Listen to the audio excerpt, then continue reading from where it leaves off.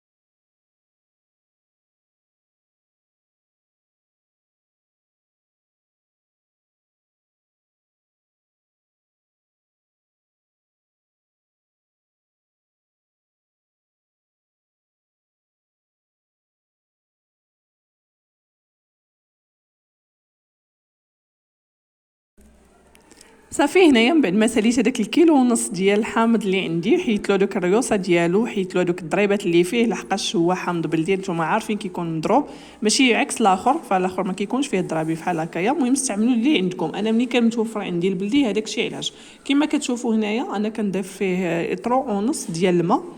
غادي نخليه كما قلت لكم من قبل، غنخليو الحامض ديالنا صحيح، ما كنقيسوش فيه، فقط كنحيدو غير الراس ديالو هذوك الريوسه بجوج، وكنضيفوا الماء ديالنا، وغادي نحطوه فوق من البوطه، وغادي نسدو الكوكوط، وغادي نخليوه حتى القياس اللي غيطيب لينا فيه هذاك الحامض.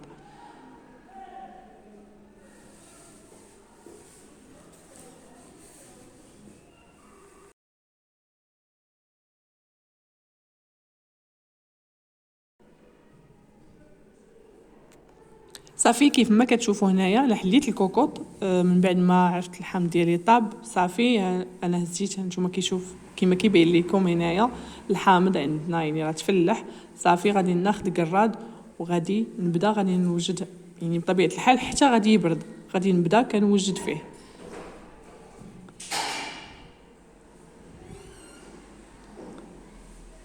صافي كما كتشوفوا غادي نقطع الحامض على جوج، غادي نحاول نحيد منها هذاك العظومه اللي فيها لداخل، وغادي نقطعها طريفات صغارين جدا.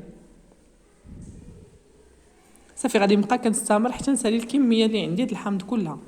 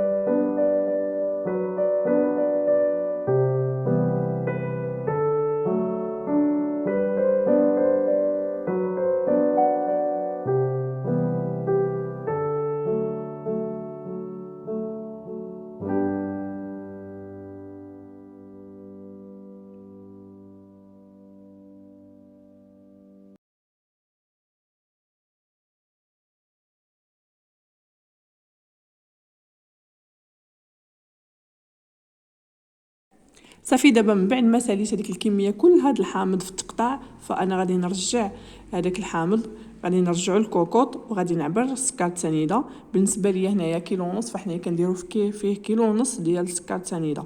اللي ما باغيهش يكون يعني حلو فكيلو ونص، اللي باغيه يكون زايد في الحلاوه فتقدروا ديروا حتى 2 كيلو اولا 2 كيلو الا ربع، فكيجي المذاق رائع جدا جدا وكيجي غزال في كل شيء صراحه.